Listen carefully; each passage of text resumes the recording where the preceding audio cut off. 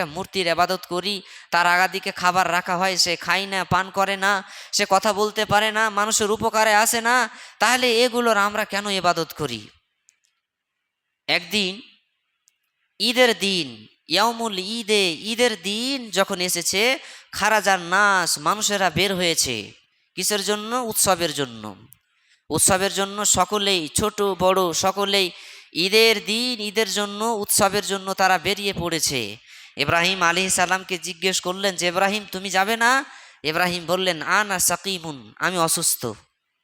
তিনি বললেন, আনা সাকিমুন, আমি অসুস্থ, আমি অসুস্থ, এই জন্য আমি যেতে পারবো না। তিনি গেলেন না।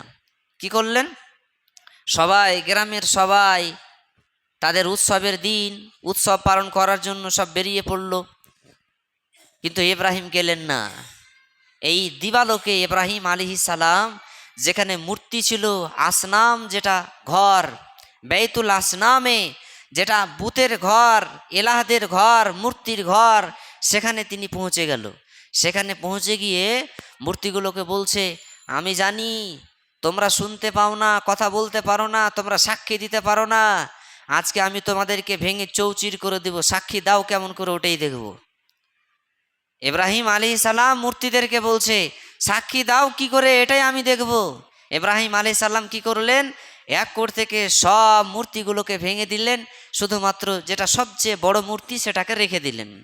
বড় মূর্তিকে রেখে দিলেন, আর তার অনুকিহি, তার গর্দনের উপরে কোড়ালিকে রেখে দিলেন। ইব্রাহিম আলাইহিস সালাম চলে এলেন। যখন মানুষেরা তাদের প্রিয়জন, ঈদের উৎসব সময় যখন শেষ হয়ে গেল, বাড়িতে ফিরে এলো, এবার মানুষেরা আবার তাদের উপাসনালয়ে তারা যাবে। যাওয়ার পরে দেখছে যে এই ব্যাপার, তাদের মূর্তিগুলো ভেঙে চৌচির হয়ে গেছে। লোকে বলা বলি করলো, মান ফাআলা হাজা, এই কাজটা কে করেছে, কার দ্বারাতে এই কাজটা হতে পারে? মানুষেরা বলা বলি করতে লাগলো। এমন সময় একজন ব্যক্তি বলছেন, আমি শুনেছি একদিন ইব্রাহিমের মুখে, ইব্রাহিম বলছিল এগুলো করা মনে হয় আমাদের ঠিক হয় না, উনি নাকি অন্য এলাহাকে মানেন, এই পাথর মূর্তি পূজাকে মানেন না। তখন মানুষেরা বলল যে তাহলে হতে পারে কাজ ওরই হয়েছে, তাহলে ইব্রাহিমকে ডাকা হোক। ইব্রাহিম আলাইহিস সালামকে ডাকা হলো। ইব্রাহিম আলাইহিস সালামকে যখন ডাকা হলো, তখন ইব্রাহিমকে বলছেন, আ আনতা ফাআলতা হাযা বিআলিহাতিনা ইয়া ইব্রাহিম, এই ইব্রাহিম, আমাদের আলেহাতের সাথে, আমাদের উপাস্যদের সাথে, আ আনতা ফাআলতা, তুমি কি এই কাজটা করেছো? তো ইব্রাহিম আলাইহিস সালাম বলছেন, বারে, আমি কেন করব?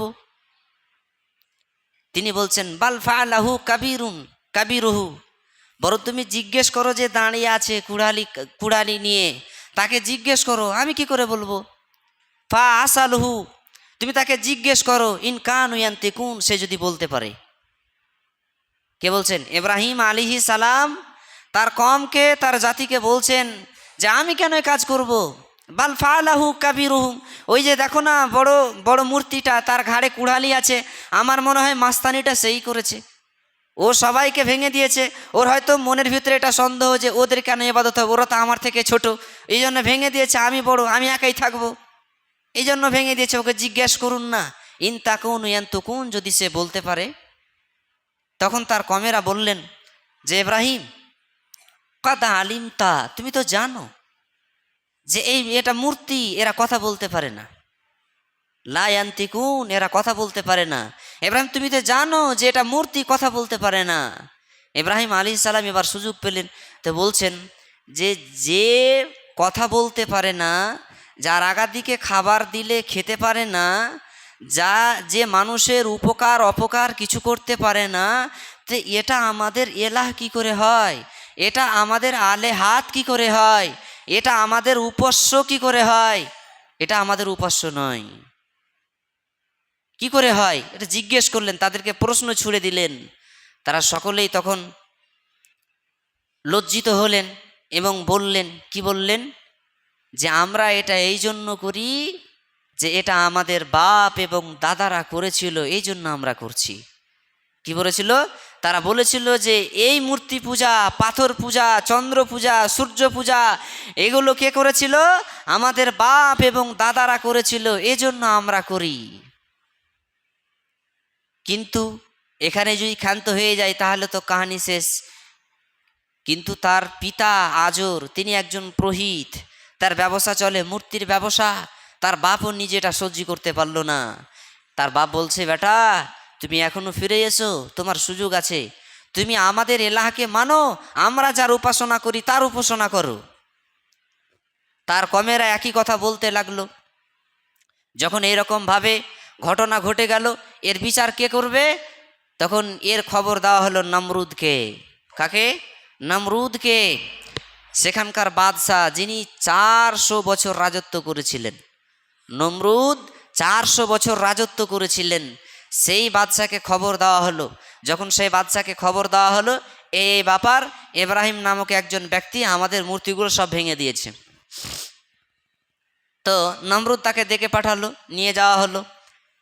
নমরুদ তাকে বলছেন যে তুমি এগুলোকে যে ভেঙেছো, তোমার দাবি হচ্ছে এগুলো এলাহ নয়, তো তুমি বলো তো তোমার এলাহ কে, তোমার উপাস্য কে, তুমি কার ইবাদত করো, কার উপাসনা করো, কে তোমার উপাস্য?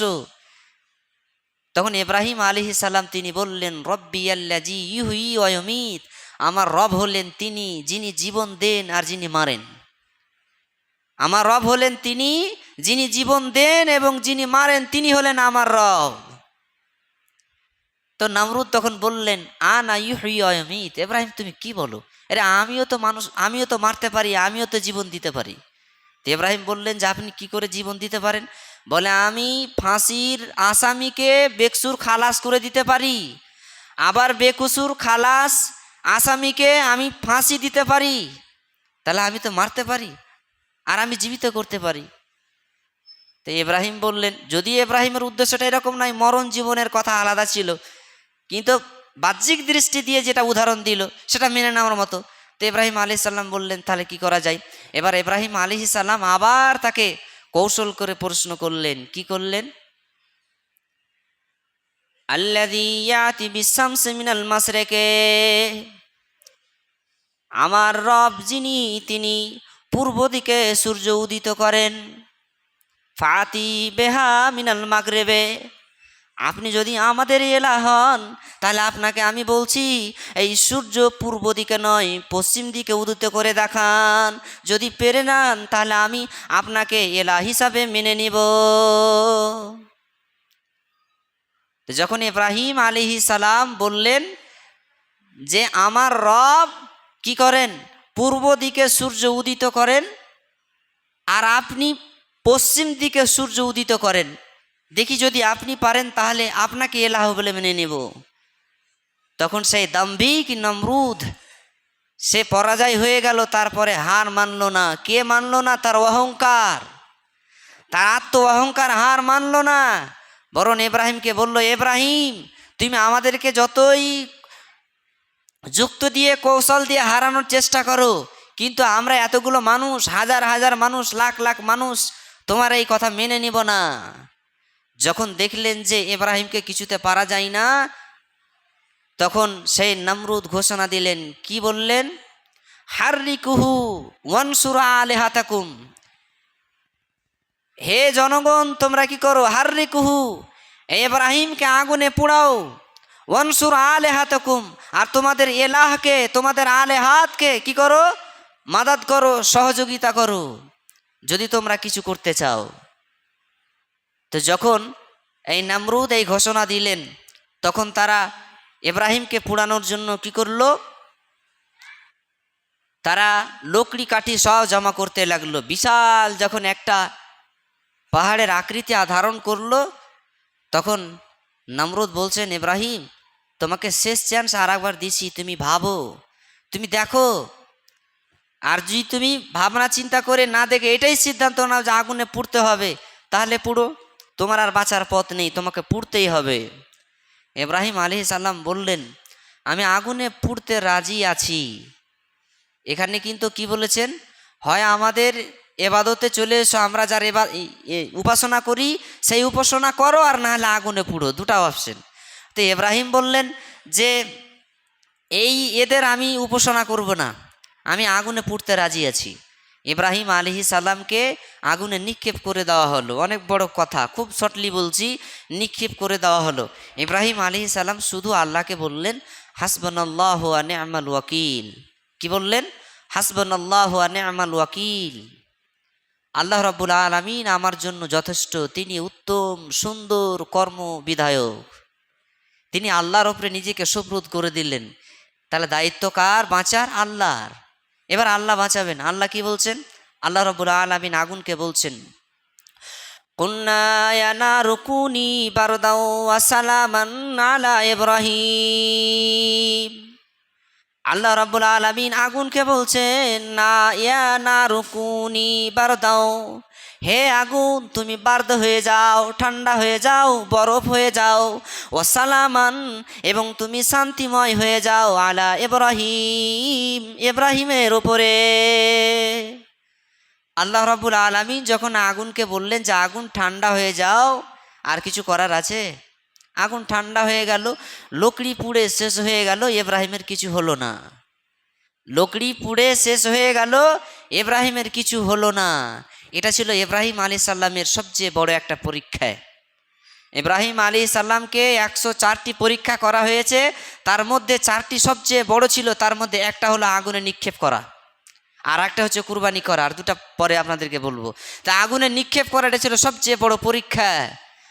ইব্রাহিম আলাইহিস সালাম আল্লাহর উপরে তাওয়াক্কুল করলেন, আল্লাহ রাব্বুল আলামিন তাকে বাঁচিয়ে নিলেন। আল্লাহ রাব্বুল আলামিন বাঁচিয়ে নিলেও তার রিহাই নেই। এই নমরুদ তাকে কি ছাড়বে? তাকে আরও দুটা অপশন দিল, হয় তুমি দেশ ছাড়ো, না হলে আমাদের ধর্মকে মানো। ইব্রাহিম আলাইহিস সালাম বললেন দেশ ছাড়তে রাজি, ধর্ম মানতে রাজি নয়। তিনি কি করলেন? তিনি দেশ ছেড়ে চলে গেলেন। দেশ ছেড়ে তিনি চলে গেলেন। কোথায় গেলেন? ফিলিস্তিনে চলে গেলেন, বাইতুল মুকাদ্দাস, সেই জায়গায় তিনি চলে গেলেন। যাই হোক, এই হচ্ছে নবী ইব্রাহিম আলাইহিস সালাম। যেই নবী ইব্রাহিম আলাইহিস সালামের আদর্শ আমাদের জীবনে পালন করতে হবে, না হলে আমরা পূর্ণ উম্মতে মুহাম্মাদি হতে পারবো না। ইনি হচ্ছেন সেই নবী, যেই নবীকে আমাদের পিতা বলা হয়েছে, নবীদের পিতা বলা হয়েছে, যার আদর্শকে উম্মাতে মুহাম্মাদির উপরে ফরজ করা হয়েছে মান্যতা দেওয়ার জন্য। ইনি হচ্ছেন সেই নবী, নবী ইব্রাহিম আলাইহিস সালাম। তার অনেক করুণ বড় বড় অনেক ঘটনা রয়েছে। যাই হোক, আল্লাহ রাব্বুল আলামিন যেন আমাদের সকলকে আল্লাহর উপরে তাওয়াক্কুল করার তৌফিক দান করেন, এবং আমরা সর্বদা সবাই যেন শিরক মুক্তভাবে জীবন যাপন করতে পারি। আল্লাহ রাব্বুল আলামিন যেন আমাদের তৌফিক দান করেন। আল্লাহুম্মা আমিন। আউযু বিল্লাহি মিনাশ শাইতানির রাজিম। বিসমিল্লাহির রহমানির রহিম। কুল হুয়াল্লাহু